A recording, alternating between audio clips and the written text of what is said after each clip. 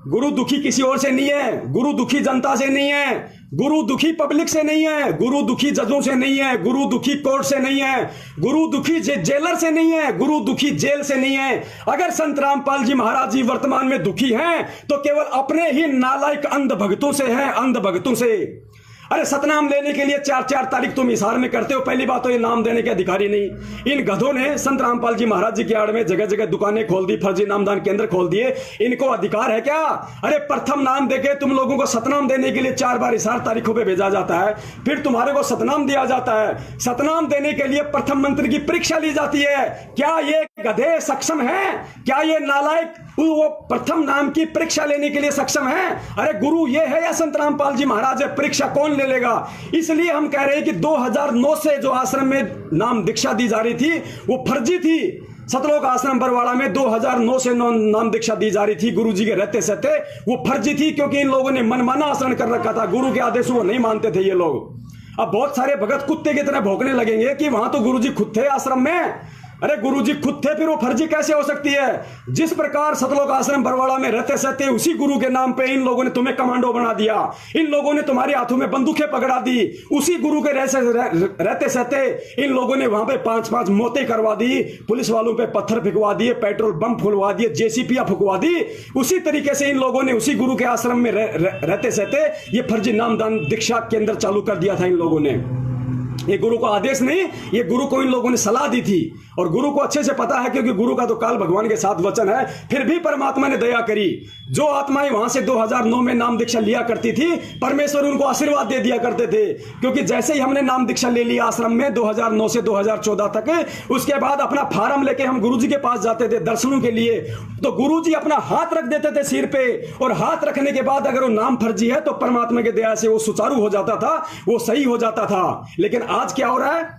सरासर पाखंड फैलाया जा रहा है। जो संत इस ज्ञान से, इस भक्ति मार्ग से दुनिया से पाखंड दूर करने के लिए आया है, उसके नाम पे आज पाखंड फैलाया जा रहा है और सबसे बड़े सहयोगी उस पाखंड में तुम बन रहे हो। इसके अलावा ये जितने भी वकील हैं, ये सतलोक आश्रम मैनेजमेंट हरियाणा ने अपने बचाव के लिए जितने भी वकील कर रखे हैं, ये सारे के सारे ढोंगी हैं, पाखंडी हैं, पैसों के लिए लगे हुए हैं। मैं पवन दास जयपुर वाला अपने सतगुरुदेव जी के चरणों की सौगंध खाकर कितनी बार एपी सिंह वकील, जो अपने आप को धुरंधर वकील कहता है, सुप्रीम कोर्ट का वकील कहता है, जिसके आगे अच्छे अच्छे डांस करते हैं, ये दास उसको डांस करवा सकता है।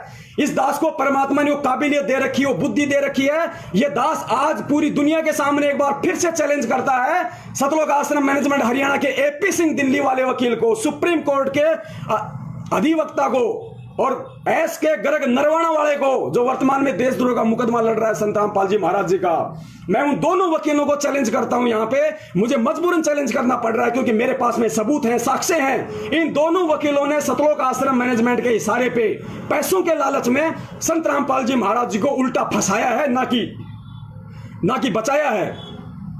अगर ये वकील पाक साफ हैं, अगर ये वकील संत रामपाल जी महाराज जी को जेल से बाहर देखना चाहते हैं, तो मैं इन वकीलों को चैलेंज करता हूं, आप साधना टीवी चैनल पे या किसी भी ऐसे टीवी चैनल पे जिसको पूरी देश दुनिया देखती हो, उस टीवी चैनल पे आप 1 घंटे का, 2 घंटे का, 5 घंटे का आप एक लाइव प्रोग्राम रखो। ये दास वहां आएगा, ये पवन दास जयपुर वाला लाइव बात करेगा, लाइव डिबेट करेगा।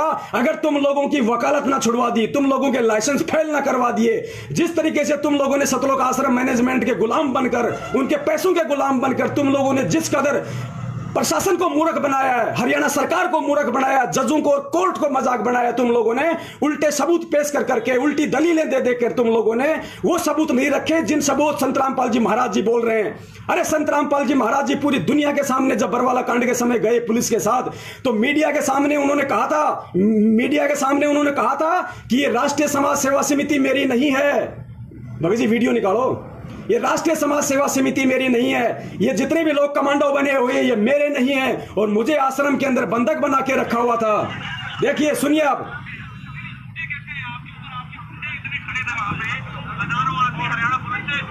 राष्ट्रीय समाज सेवा समिति देखा, गुरुजी कह रहे हैं कि समिति मेरी नहीं है। समिति कौन? सतलोक आश्रम मैनेजमेंट हरियाणा, वही गुंडों ने एक समिति बना रखी थी, नाम दे रखा था राष्ट्रीय समाज सेवा समिति। गुंडे सबके सब वो संत रामपाल जी महाराज जी का भाई, उनके बेटा, उनका जवाई, उनके रिश्तेदार, ये स्टेट कोऑर्डिनेटर, यही सारे गुंडे उस राष्ट्रीय समाज सेवा समिति के अंदर थे। और गुरुजी ने उन गुंडों के खिलाफ बयान दिया है अपने वीडियो में पूरी दुनिया को। ये जितने भी वकील हैं, एपी सिंह, एसके गर्ग, नरवाणा, ये उन गुंडों को कोर्ट में खड़ा क्यों नहीं करते? उन गुंडों के खिलाफ कोर्ट में खड़े क्यों नहीं होते? क्योंकि इनको अच्छे से पता है कि जो गुंडे हमें फीस दे रहे हैं, जिन गुंडों के पैसों के पीछे हमारे बच्चे विदेशों में पढ़ रहे हैं, जिन गुंडों के पीछे हमें मौज मिल रही है, हमें लाखों रुपए एक तारीख का मिल रहा है, उन गुंडों के खिलाफ हम कैसे कोर्ट में खड़े हो जाएंगे? पुण्यात्माओं, ये सबके सब षड्यंत्रकारी हैं, काल के दूत हैं। इनको संत और भक्ति, भगवान, ज्ञान से कोई मतलब नहीं है। आप लोगों के कंधे पर बंदूक रखकर गुरु को बदनाम किया जा रहा है। कहीं लेट ना हो जाए, ध्यान रखना पुण्यात्माओं। पानी अगर सर से ऊपर निकल गया, गुरु का कोई कुछ नहीं बिगाड़ पाएगा। गधे कुत्ते हम बने फिरेंगे, यहाँ पे गधे कुत्ते हम बने फिरेंगे।